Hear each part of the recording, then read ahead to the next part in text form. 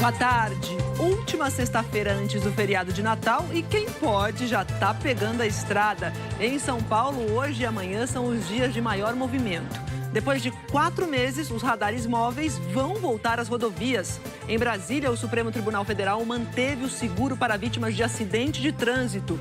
No Rio, a polícia investiga quem tirou da unidade de emergência um morador de rua que buscou atendimento e morreu na calçada. E ainda, uma cidade que está sem prefeito, sem vice e sem presidente da Câmara. Todos suspeitos de desviar dinheiro público. O presidente do Senado reforça a declaração do presidente da Câmara e diz que um imposto sobre transações digitais não passa no Congresso. Na Argentina, os deputados aprovaram um pacote econômico com aumento de impostos e congelamento de aposentadorias. No Pará, foram indiciadas 5 pessoas pelas queimadas em Alter do Chão. Entre elas, 4 brigadistas e o lançamento do novo satélite que vai ficar de olho na Amazônia. O Jornal Hoje está começando.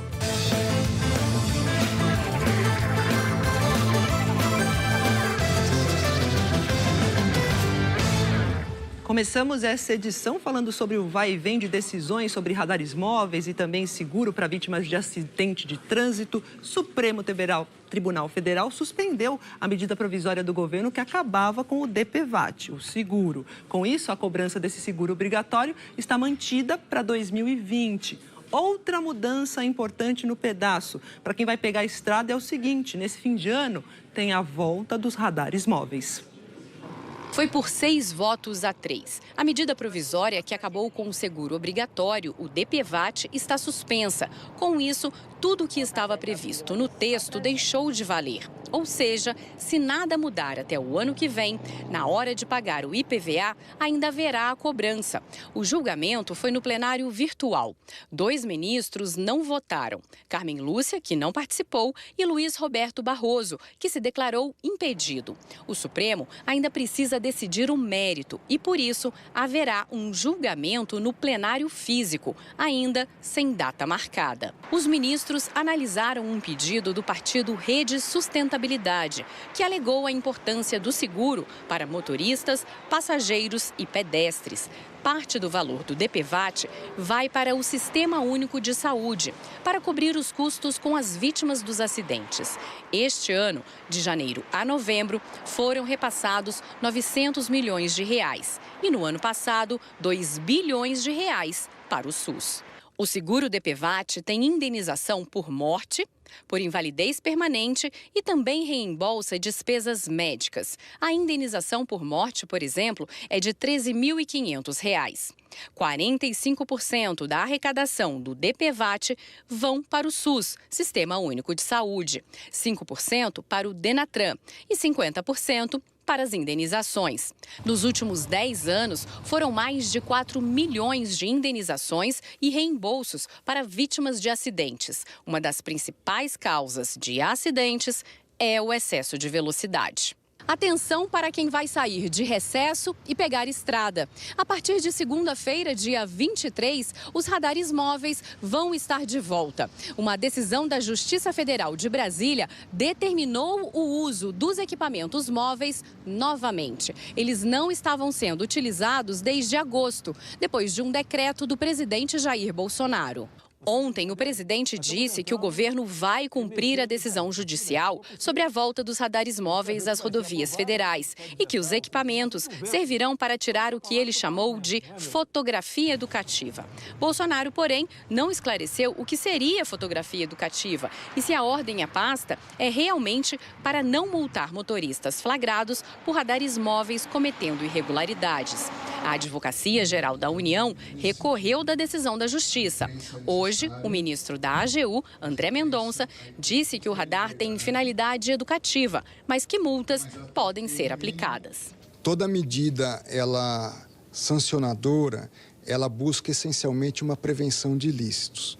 Então, o radar, como qualquer outra medida, tem que ter uma finalidade também educativa, de prevenção, o que não significa que, nos casos em que se deve ter já uma sanção, uma aplicação de multa, isso certamente vai ser feito. E a gente procurou a Polícia Rodoviária Federal para saber aí um pouco mais sobre o que seria a fotografia educativa. A Polícia Rodoviária Federal disse que o assunto ainda está em discussão e que, por isso, não vai comentar. E agora a gente fala do vai e vem nas estradas. Hoje e amanhã são os dias de maior movimento nas rodovias paulistas, na saída para o feriado de Natal.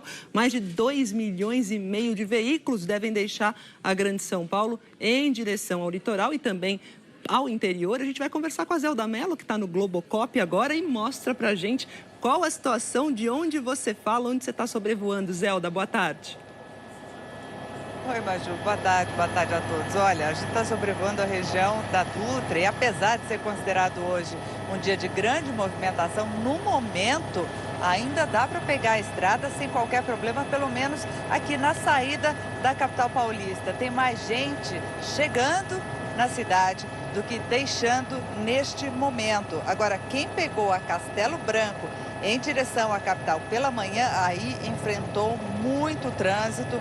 Teve um acidente com 11 veículos. O helicóptero teve que pousar na pista para fazer o resgate da vítima. O local foi liberado, isso em direção à capital. Mas agora o trânsito está concentrado, já não tem mais acidente, em direção ao interior do estado. Tem muita lentidão neste momento na Castelo Branco. Nas demais rodovias que saem da capital paulista, o trânsito está tranquilo nesse momento. A gente lembra que é considerado horário de pico até as 9 da noite de hoje e amanhã até o fim da tarde. Maju. Obrigada, Zelda. Agora, duas histórias tristes. Olha só, um morador de rua morreu a poucos passos da entrada de um posto de emergência depois de ter sido deixado lá por 2 seguranças da própria unidade. A outra história, que também é do Rio de Janeiro, essa foi no Rio de Janeiro, do morador de rua, foi numa unidade de pronto atendimento, num bairro chamada de Paciência. Paciência, é isso mesmo, o nome da unidade. Uma senhora de 83 anos morreu, apesar de ter 3 decisões da justiça exigindo que ela fosse para um CTI. As imagens foram feitas por volta das 5 da manhã de ontem. Os 2 seguranças empurram um homem numa cadeira de rodas em frente a uma emergência da prefeitura no centro do Rio. Depois, no vídeo publicado pelo jornal O Globo, a cadeira de rodas é retirada e o paciente fica jogado no chão. 3 horas depois, a polícia apareceu, mas já era tarde. O homem teve uma hemorragia interna e morreu ali mesmo, na calçada. Testemunhas disseram que ele era morador de rua e aparentava ter 50 anos. Não tinha documento, nem foi identificado. Na quarta-feira, nossa equipe tinha encontrado na unidade um mesmo homem, reclamando de muita dor na barriga. Ele dizia ter dificuldades de respirar. Nas imagens, ele apareceu aguardando atendimento. Passou quase todo o tempo no banco do lado de fora da unidade. Se houve, de fato, alguma negligência, alguma falta de atendimento. E aí vai ser atribuição, se for o caso, do Conselho Regional de Medicina, na verdade, acompanhar isso. O que a gente pode dizer é que isso não foi uma questão relacionada diretamente à greve. Precisa ser, de fato, investigado. A Polícia Civil abriu uma investigação. A Prefeitura do Rio afastou os 2 seguranças do trabalho. Na zona oeste da cidade, Dona Jovelília, de 83 anos, também morreu ontem, tentando uma vaga no CTI durante uma semana. A família tinha 3 decisões da justiça exigindo a transferência imediata da paciente para um centro de tratamento intensivo. Mas ela só conseguiu atendimento numa UPA. A filha dela fez um desabafo na terça-feira. Final da vida da minha mãe, ela está passando por isso, entendeu? Eu não consigo entender. Ele quer que eu chegue e pegar agora uma certidão de óbito da minha mãe? Parece que eles torcem por isso. Ontem, a secretária de saúde do município foi questionada sobre a falta de assistência nas unidades do Rio. Os hospitais têm porta aberta, várias pessoas são atendidas, são 50 mil atendimentos por dia. Se você tiver curiosidade, eu te levo para ver os atendimentos de sucesso. Milhares de vidas estão sendo... Pacientes que dizem que vão de uma unidade para outra e não encontram atendimento, secretária. Isso é feio, né? Portas abertas, mas e dentro das unidades? A greve dos terceirizados de pronto-socorros, clínicas da família e os 3 hospitais administrados pelas organizações sociais acabou. Mas o atendimento ainda não está normal. Com os pagamentos em dia, os profissionais voltaram hoje ao trabalho, mas ainda com muitas dificuldades. Faltam remédios e material hospitalar. O avô do Sandro tem diabetes está com feridas nos dedos dos pés. Corre o risco de ser amputado. Então o cirurgião está aí, Dr. Miguel, mas não tem, segundo ele, não tem o que fazer. Não pode internar porque não tem medicamento, não tem insumo. Sobre o caso do seu Alcides, o avô do Sandro, que a gente acabou de ver, a Secretaria Municipal de Saúde do Rio afirmou que ele foi acolhido, passou por classificação de risco e depois foi internado no Hospital Municipal Salgado Filho, onde aguarda avaliação médica de um cirurgião. O caso do morador de rua, a Secretaria Municipal de Saúde disse o seguinte, que repudia a atitude mostrada no vídeo, que as imagens vão ser analisadas e que abriu uma sindicância para apurar as circunstâncias do atendimento ao paciente que morreu na calçada. O Conselho Regional de Medicina do Rio também disse que vai apurar os fatos. Sobre o caso da dona Jovelila, que tentou vaga de tratamento intensivo durante uma semana e acabou morrendo, a Prefeitura disse que o sistema de regulação colocou o nome dela com prioridade no dia em que ela deu entrada, mas que a busca de vagas não teve sucesso. A Prefeitura afirma que durante o período de internação, a dona Jovelília recebeu os cuidados clínicos indicados e com os mesmos aparelhos de suporte à vida de uma unidade de terapia intensiva.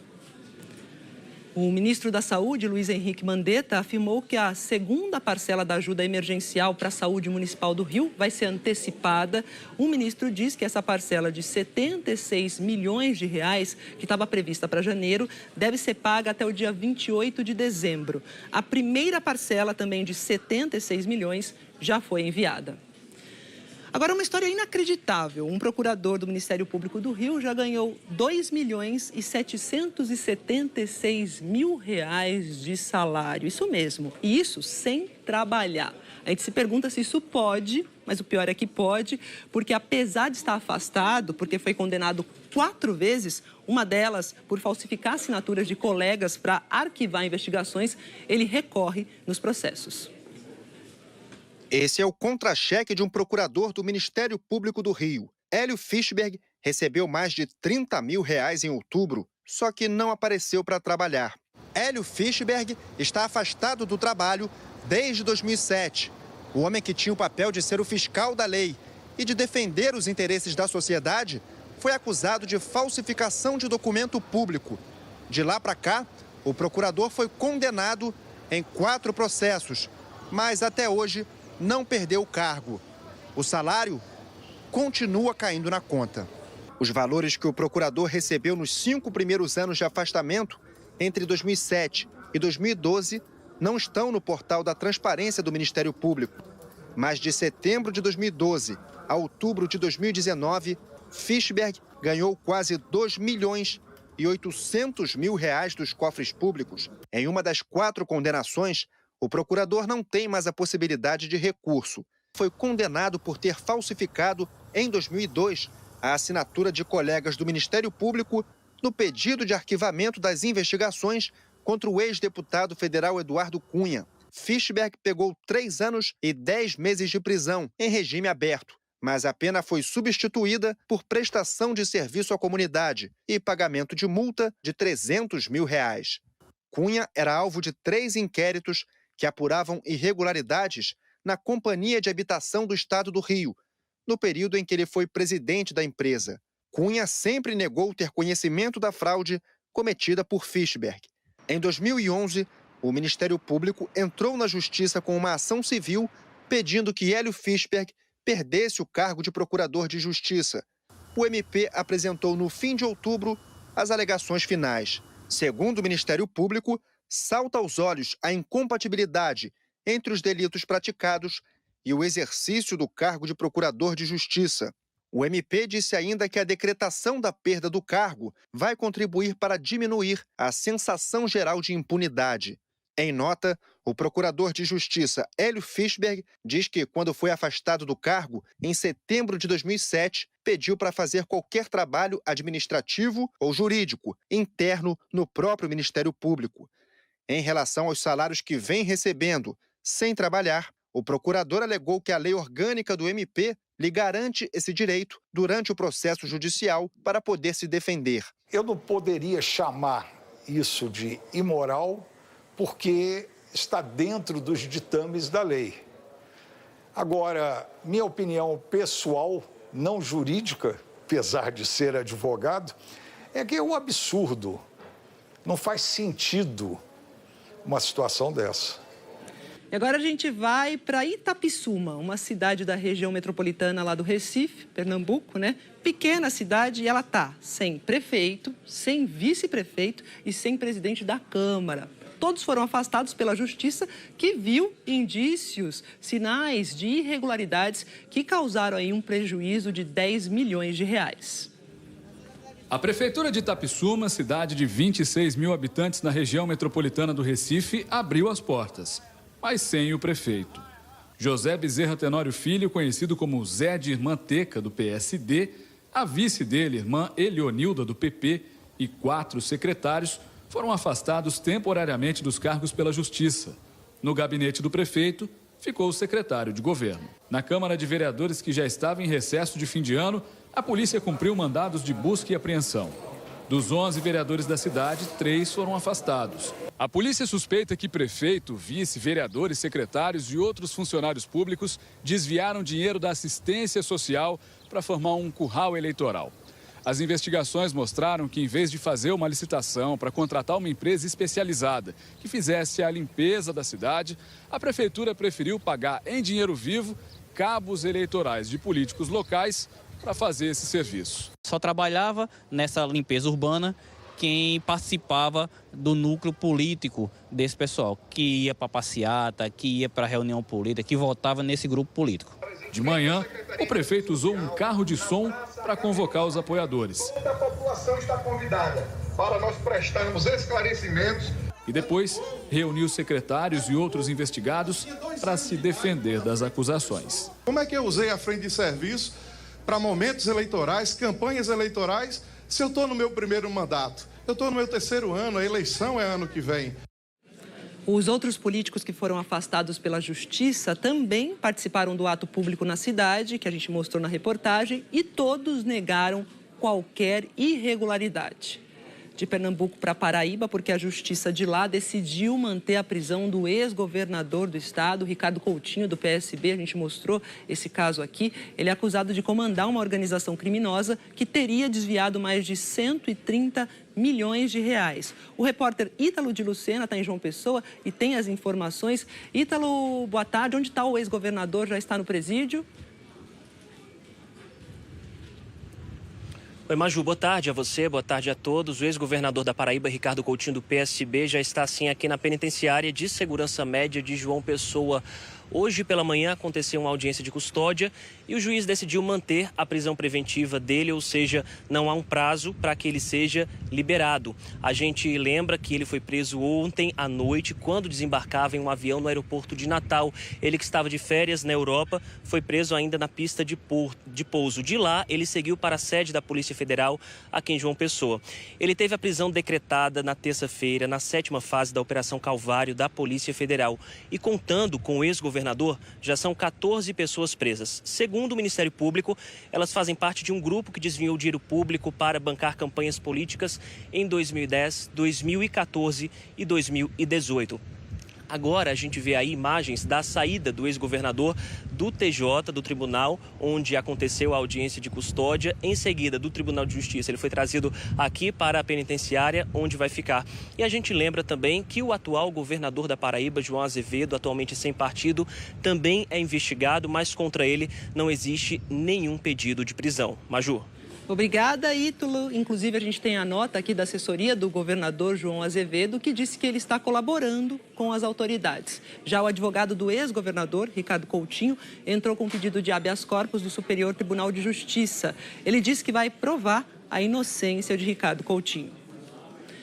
E o ex-ministro Gedel Vieira Lima foi transferido de Brasília para Salvador, onde vai continuar cumprindo pena. Vamos relembrar aqui, Gedel embarcou hoje cedo. A transferência foi autorizada pelo ministro Edson Fachin, do Supremo Tribunal Federal. A defesa pediu a mudança, alegando que a família dele mora lá, incluindo os 2 filhos. Gedel está preso desde 2017 em Brasília, o ex-ministro dos governos de Lula e também de Michel Temer foi condenado a 14 anos e 10 meses de prisão em regime fechado por lavagem de dinheiro e associação criminosa. O caso, a gente relembra aqui, é aquele do apartamento em Salvador, onde havia 51 milhões de reais. E o presidente do Senado, Davi Alcolumbre, disse hoje que a ideia de um imposto sobre transações financeiras digitais não passará se chegar ao Senado. Uma declaração parecida foi dada ontem pelo presidente da Câmara, o Rodrigo Maia. O Júlio Mosquera está em Brasília e tem aí as informações, porque Davi Alcolumbre falou hoje no encontro com os jornalistas. É isso, Júlio, boa tarde. Boa tarde para você, Maju, e para todos que nos assistem. Exatamente, Davi Alcolumbre foi contundente e disse que não passa no Senado nenhuma proposta de criação de um imposto sobre transações financeiras digitais. Ele se disse a favor da redução da carga tributária sobre a folha de pagamento das empresas para gerar mais impostos, mas acredita que é possível fazer essa redução na reforma tributária sem gerar um novo imposto. Aliás, Davi Alcolumbre, presidente do Senado, assim como o presidente da Câmara, Rodrigo Maia, tem total confiança em concluir a reforma tributária no Congresso no ano que vem, possivelmente até julho. Outra prioridade para Alcolumbre é a votação da PEC paralela, mas ele quer que essa PEC paralela se restrinja apenas à extensão das atuais regras previdenciárias para os servidores públicos de estados e municípios, retirando toda outra parte de receitas e de despesas que foram colocadas, inclusive pelos senadores. Alcolumbre garantiu que até maio do ano que vem, uma outra proposta de emenda constitucional, a que permite a prisão após condenação em segunda instância, será aprovada na Câmara e no Senado. Essa PEC está na Câmara, lembrando que na semana passada Alcolumbre deixou de votar um projeto dos senadores sobre o mesmo assunto com tramitação mais curta porque acha melhor a proposta da Câmara. Vamos ouvir um trecho da entrevista de Alcolumbre, esse trecho em que ele fala sobre o imposto de transações digitais. O Brasil não aguenta mais aumentar a carga tributária. As pessoas insistem em falar sobre isso, que é um tema que o parlamento já decidiu que não vai fazer. Então, na Câmara dos Deputados, o sentimento do presidente Rodrigo Maia é que não passa a criação de um novo imposto, seja ele qual for, e no Senado também eu já falei sobre isso.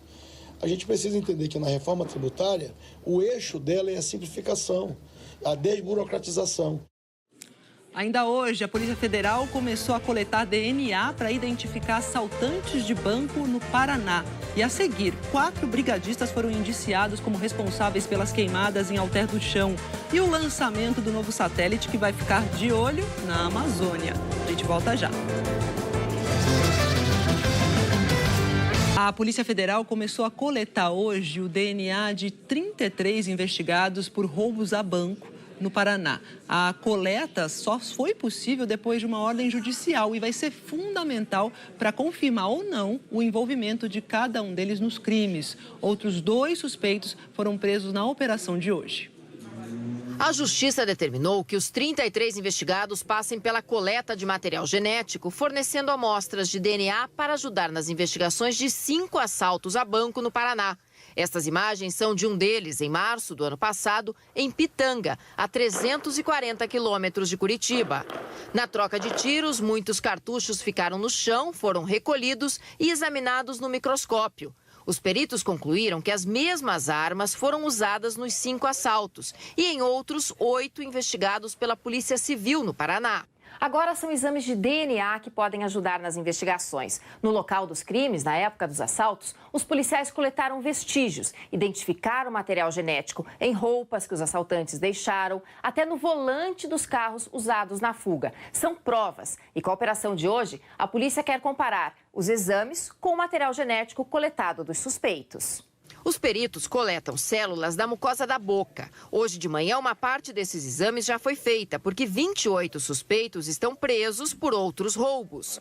Os outros 5 que estão soltos precisam ir na Polícia Federal em data marcada. A polícia também prendeu hoje outras 2 pessoas pelo assalto a banco lá de Pitanga, porque já havia outras provas contra eles. Está sendo coletado o DNA de todos esses presos, os quais serão enviados lá para o Laboratório de Genética Forense, que fica em Brasília. E lá serão extraídos os perfis genéticos e será feito uma comparação com os outros vestígios que já estão lá.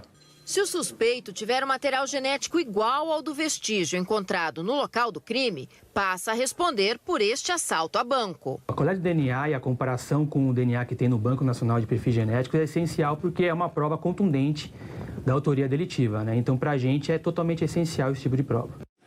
No começo do JH, a gente mostrou a movimentação de gente caindo na estrada em rumo ao verão, que chega daqui 2 dias, e também ao Natal. Eli, boa tarde. Vamos falar da previsão que é muito esperada, principalmente hoje. É verdade, Maju. Boa tarde para você, boa tarde a todos. Bom, e eu começo falando justamente de como é que deve ser o verão, que tem início domingo, a 1h19 da madrugada. Esse é o horário, Maju, em que o hemisfério sul vai estar numa posição que ele vai receber a maior quantidade de luz do sol no ano. Agora, ontem, se me lembro bem, você tinha antecipado que a gente vai ter mais chuva e menos calor nesse verão. Isso, ó. Mais chuva é para a maioria das regiões. Aí temos mais calor, ou melhor, menos calor no centro-sul. A gente vê aqui, né, contagem regressiva para o verão.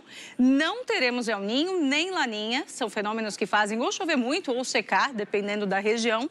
E aí, o que vai influenciar é o Atlântico. Ele está mais frio nessa área que a gente vê em azul aqui entre Santa Catarina e o Rio de Janeiro. Isso vai contribuir para as frentes frias avançarem lentamente e aí provocar chuva por dias seguidos. Agora, mais ao norte do Brasil, o Atlântico está quente. E aí, isso faz com que a zona de convergência intertropical desça, se aproxime do Brasil e provoque chuva aqui no litoral nordestino e também em parte da região norte. Então, verão aí sem menino danado, El Ninho, e sem menina danada, a Laninha. Agora eu quero saber da previsão por região. Vamos lá, começando então pelo Nordeste, tendência, gente, de mais chuva no Nordeste e calor na média.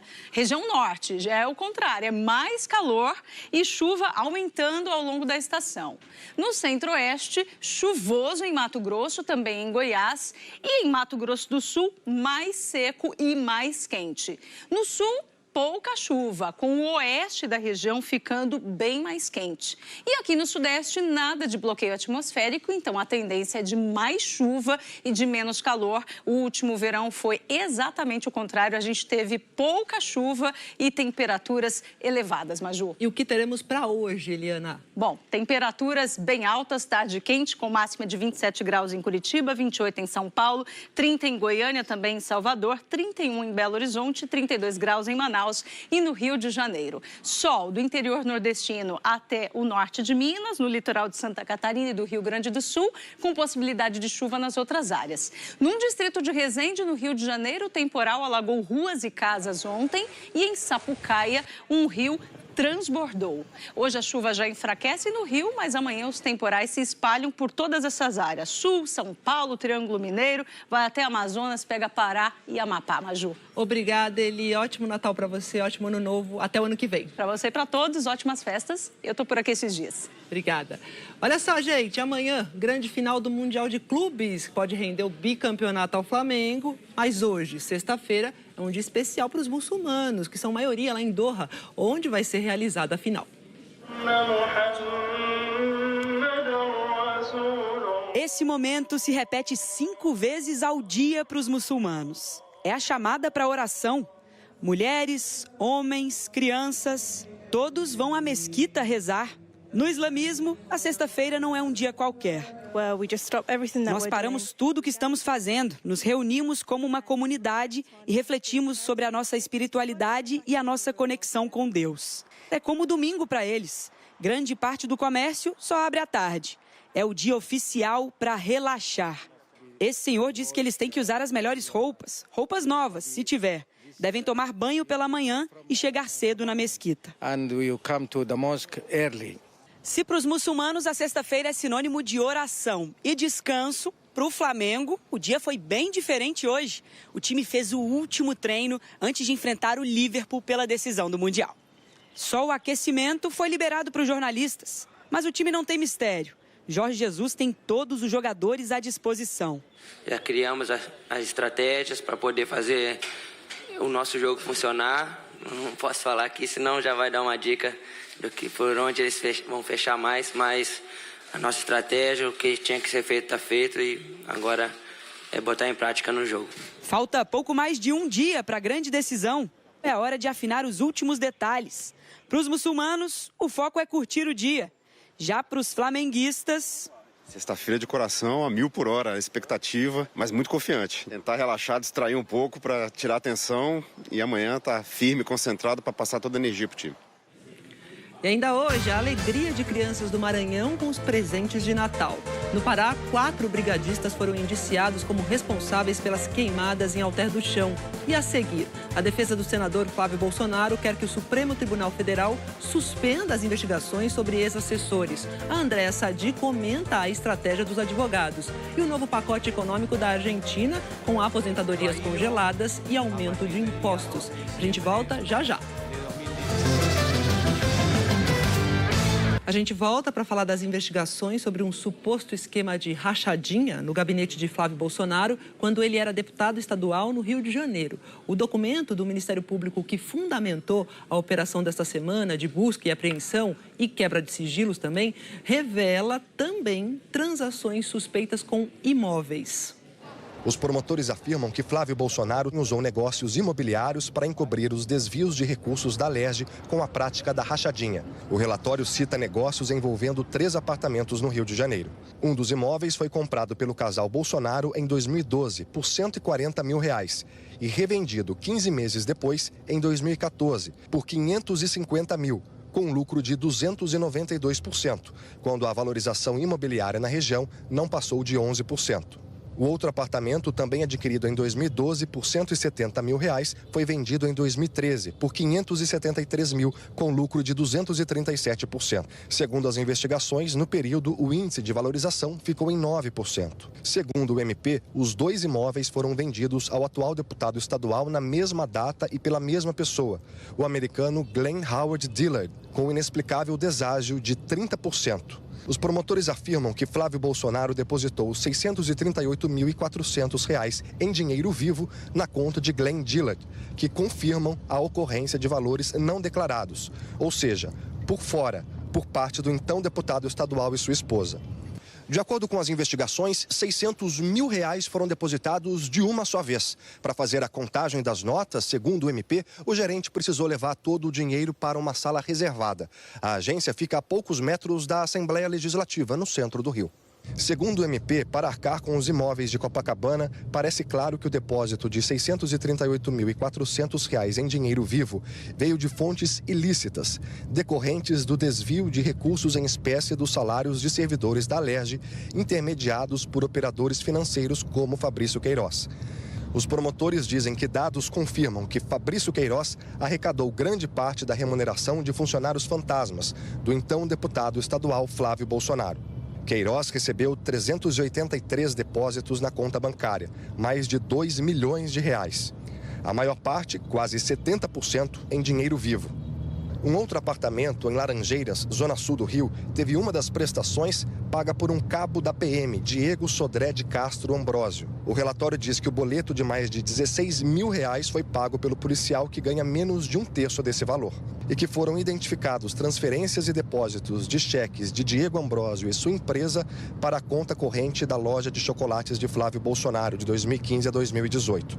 Os promotores suspeitam que Diego tenha participação na lavagem de recursos desviados da Alerj. Ontem, o senador Flávio Bolsonaro se defendeu nas redes sociais. Negou a lavagem de dinheiro na loja de chocolates. Disse que comprou apartamentos baratos porque os vendedores estavam indo embora do Brasil e considerou normal o pagamento de um boleto pelo policial militar.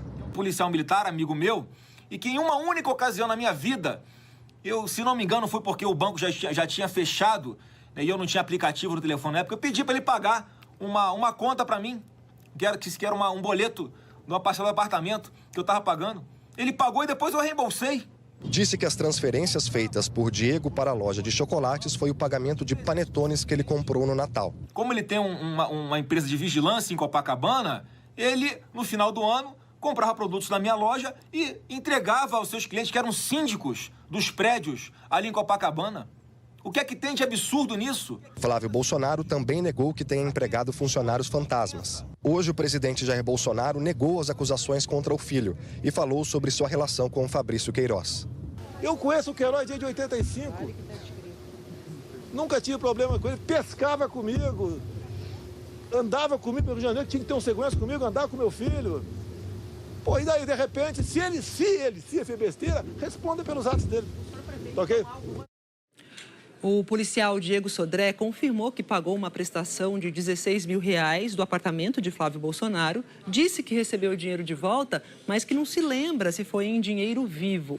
Sobre as transferências feitas para a loja de chocolates de Flávio Bolsonaro, Diego disse que foram compras de panetone para dar de presente. Ontem, o advogado Paulo Klein informou que, por questões de foro íntimo, não representa mais Fabrício Queiroz nem a família dele, mas tem plena convicção da inocência deles. E a defesa de Flávio Bolsonaro entrou com um pedido no Supremo Tribunal Federal para que essa investigação conduzida pelo Ministério Público do Rio de Janeiro seja suspensa. E é isso que eu vou conversar com a Andréia Sadi, que hoje está lá no Rio de Janeiro. Sadi, boa tarde. Caso agora está com quem? Oi, Maju, boa tarde a você, boa tarde a todos. Está com o ministro Gilmar Mendes, que é o relator desse caso lá no Supremo Tribunal Federal. É ele quem vai analisar esse pedido da defesa do senador Flávio Bolsonaro. Mas antes de decidir, ele pediu ontem informações urgentes ao Ministério Público, ao Tribunal de Justiça aqui do Rio e ao Superior Tribunal de Justiça. Informações a respeito do andamento das investigações envolvendo Flávio Bolsonaro. Agora, Maju, se essas informações chegarem durante o recesso do Judiciário, quem decide a respeito disso, pode decidir a respeito disso, é o plantonista do Judiciário. No caso, o presidente do Supremo, o ministro Dias Toffoli. Agora, essa dia a defesa entrou com esse pedido de suspensão aí e eu quero saber se ela tem outra estratégia. Maju, isso é uma coisa, né? O pedido para arquivar, para trancar a investigação. No ano que vem, eles trabalham com uma outra linha, uma outra estratégia, que é a seguinte: esperar a decisão, a publicação da decisão, que é chamada de acórdão, daquele julgamento que definiu as regras do COAF, informações que podem sim serem usadas em investigações, esses dados do COAF. Depois disso, é que a defesa vai analisar esse acórdão para saber se eles conseguem pedir algum tipo de nulidade da investigação envolvendo Flávio Bolsonaro. Então, tem essas duas estratégias. A primeira é essa que a gente contou para pedir o arquivamento das investigações agora no Supremo e, a partir do ano que vem, olhar esse acórdão com lupa para saber se eles conseguem alguma coisa. Maju. Valeu, Sadi. Até mais. Obrigada. E olha, a Câmara dos Deputados da Argentina aprovou hoje de manhã, depois de mais de 15 horas de debate, um novo pacote de ajustes econômicos. O projeto do novo presidente Alberto Fernandes recebeu 134 votos a favor e 110 contra. O governo precisou ceder em alguns pontos, mas os três principais pilares aí do pacote foram mantidos. Vou falar quais são eles. O aumento de alguns impostos, o congelamento de aposentadorias e de tarifas também de luz e gás. E esse projeto de lei declara emergência econômica no país. A Argentina vem enfrentando uma grave recessão com inflação anual acima de 50%. O projeto segue agora para aprovação do Senado ainda hoje. Vamos para a Índia, porque os protestos violentos contra uma lei de cidadania continuam por lá. Mais 6 manifestantes morreram em confrontos com a polícia hoje. Os protestos acontecem em todo o país. Em algumas regiões, uma regra da época colonial foi colocada em vigor. Estão proibidas as reuniões de mais de 4 pessoas em locais públicos. Essa norma vai durar por 15 dias. Na capital do país, Nova Delhi, até serviços de internet móvel foram cortados. Essa onda de protestos é motivada por uma lei que dá cidadania indiana a pessoas de 3 países, desde que elas não sejam muçulmanas. E amanhã é dia de Como Será. Você já ouviu falar do transtorno de déficit de atenção e hiperatividade, o TDAH? É este o tema da semana do quadro essas crianças. E tem mais. Na série Cidade Selvagem, você vai conhecer as garças que moram pertinho de um mercado de peixes. Na série Estados Unidos pelos brasileiros, o Rodrigo vai contar como conseguiu trabalhar como cabeleireiro e maquiador nos salões mais sofisticados de Nova York.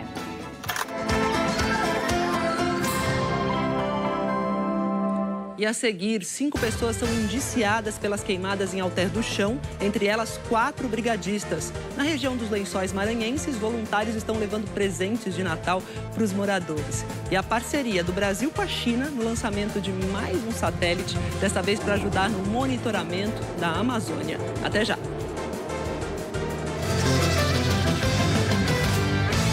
Fala agora de um negócio da China, mas também do Brasil. Foi lançado hoje de madrugada um novo satélite que vai ajudar a monitorar as queimadas na Amazônia. O CIRS-4A é o 6º satélite feito em parceria entre Brasil e China. O satélite foi lançado à 00:22 no horário de Brasília, lá da base de Taiyuan, na China. Aqui no Brasil, técnicos do INPE, o Instituto Nacional de Pesquisas Espaciais de São José dos Campos, acompanharam do auditório. 15 minutos depois de ir para o espaço, o satélite entrou em órbita. Os pesquisadores comemoraram o lançamento e consideraram um sucesso a operação. O satélite CIBERS-4A passou por cima do Brasil exatamente às 10h20, horário de Brasília. Por dia, ele vai passar 4 vezes por cima do Brasil. O satélite CIBERS-4A vai começar a mandar as primeiras imagens para o país domingo agora e elas serão recebidas aqui nesse centro de monitoramento em São José dos Campos, interior de São Paulo. O CIBERS-4A é o 6º satélite feito em parceria com os chineses e vai substituir o CIBERS-4, que já está no limite da vida útil. Esse novo satélite irá auxiliar, por exemplo, no combate às queimadas na Amazônia e também monitorar o desmatamento da floresta, já que ele irá mandar imagens mais detalhadas do Brasil. Nós vamos ter mais dados e melhores para ajudar o sistema a deter, um sistema de alertas de desmatamento em tempo real. A construção do satélite começou em 2015 e custou cerca de 190 milhões de reais. Metade do valor foi pago pelo Brasil. 200 cientistas trabalharam no projeto. O acordo entre os dois países para a construção de novos satélites ainda não foi renovado. Mas o Brasil não vai perder a autonomia na área de monitoramento ambiental. O substituto será o satélite Amazônia 1, que também está sendo montado no INPE. O equipamento 100% desenvolvido no Brasil deve ser lançado no 2º semestre do ano que vem, lá na Índia. Ele tem também uma aplicação basicamente ligada ao monitoramento da floresta amazônica, o próprio nome do satélite é esse, e nos qualifica para produzir próximos satélites de observação da Terra e dos oceanos que devem vir na sequência do Amazônia. O nome correto dos satélites é CIBERS-4A. Tá? A Polícia Civil do Pará indiciou 4 brigadistas e um homem que fez treinamento com eles pelas queimadas em Alter do Chão. A TV Globo teve acesso a esse inquérito. A gente vai a Belém, onde está o repórter Fabiano Vilela, que tem as informações. Fabiano, boa tarde. O que diz o inquérito? Oi, Maju. Boa tarde a todos. No inquérito de mais de 100 páginas encaminhado à Justiça, a Polícia Civil informou que constatou vários pontos de queimadas na APA de Alter do Chão que foram provocadas por ação humana, mas descartou, por exemplo, que agricultores lá da região que ocupam essa área de proteção ambiental tenham botado fogo na mata. Ainda segundo o inquérito, testemunhas que ajudaram no combate aos incêndios disseram que sentiram cheiro de combustível na roupa dos brigadistas investigados e que uma das testemunhas também afirmou que só verificou pontos de queimadas a partir de imagens de drone depois que os brigadistas voltavam dessas áreas avisando sobre os incêndios. Ainda segundo a polícia, testemunhas disseram que os brigadistas orientavam a todo instante equipes de filmagem para gravar os focos de calor, os focos de incêndio, e que também um dos brigadistas, de acordo com registros de GPS, esse brigadista teria chegado à região da mata pouco antes do início do fogo. Foram indiciados os 4 brigadistas que já estavam sendo investigados: Daniel Govino, João Pereira Romano, Marcelo Aron Werner e Gustavo Almeida Fernandes. E um 5º voluntário, Rones Repolho Blair, que, segundo testemunhas, teria sido visto carregando um isqueiro. Vamos agora relembrar esse caso. Os 4 brigadistas foram presos no dia 26 de novembro. 2 meses antes, eles tinham participado de um combate a um incêndio de grandes proporções em Alter do Chão. O fogo começou na primeira quinzena de setembro e durou 4 dias, atingindo uma área de 1.100 hectares. Só no primeiro dia, os focos se espalharam por uma extensão de 6 quilômetros, como mostram essas imagens de satélite. As polícias civil e federal começaram a investigar a queimada que surgiu em vários pontos. E no fim de novembro, a Polícia Civil prendeu preventivamente 4 brigadistas. A polícia não apresentou provas, mas disse que eles estavam ligados a 2 ONGs de Santarém e que são suspeitos de ter provocado o incêndio para desviar dinheiro arrecadado com doações. O presidente Jair Bolsonaro disse que as ONGs colocavam fogo na mata, fotografavam e vendiam as fotos. E que o ator Leonardo DiCaprio seria uma das pessoas que financiaram ações de combate às queimadas na Amazônia, a partir destas imagens.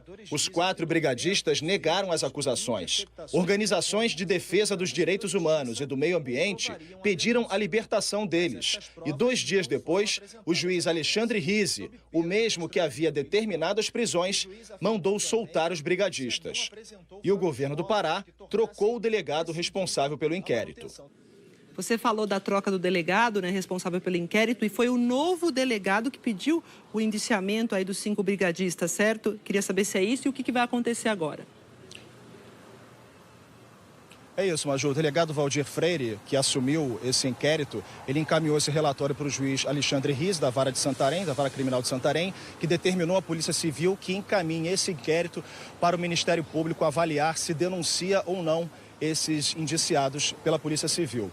Lembrando que ainda existe uma investigação da Polícia Federal em curso, ainda não tem prazo para concluir, e a gente recebeu agorinha a nota de defesa dos brigadistas, que diz que isso é uma enorme injustiça, fruto de ilegalidades e, infelizmente, indica direcionamento na investigação. Segundo a nota, ignorou-se também pedido para que fossem ouvidas testemunhas indicadas pelos advogados dos brigadistas e que o indiciamento foi baseado em ilações extraídas de depoimentos meramente especulativos, atacando aqueles que dedicaram as suas vidas a combater incêndios voluntariamente na região amazônica. Nós não conseguimos contato com o 5º indiciado, o Rones Repolho Blair. Volto contigo, Major. Obrigada, Fabiano. Vamos entrando aqui no clima de solidariedade, Natal chegando por aí, solidariedade ganhando corpo no ar e voluntários estão levando um presente especial para moradores do Maranhão. Esses moradores sofrem muito aí com o sol forte, veja só. No norte do Maranhão, grandes áreas são cobertas de areia. E no arquipélago de Maiaú, a ilha de Lençóis já foi praticamente coberta pelas dunas. Na maior parte do tempo, o clima é de deserto, insuportável para os nativos. É que muitos aqui têm pele e olhos sensíveis, causas do albinismo, uma alteração genética que provoca a ausência da melanina no corpo. A pele queima. Faz mal para um moreno, imagine para um albino, que tem a pele sensível. O índice de albinismo na ilha já chegou a 3%, 6.000 vezes maior que a média mundial. Para piorar, não há médicos em Lençóis e a incidência de câncer de pele assombra os moradores. Só da minha família já morreu acho que uns 10. Neste canto remoto do Brasil, os albinos vivem cercados de mitos. Os nativos da ilha de Lençóis acreditam que são filhos de uma lenda e que um dia por trás destas dunas vai surgir o reino encantado de Dom Sebastião. E quando isso acontecer, todos os males do mundo vão deixar de existir. A crença do sebastianismo surgiu no século XVI nos Açores, norte de Portugal, e cruzou o Atlântico.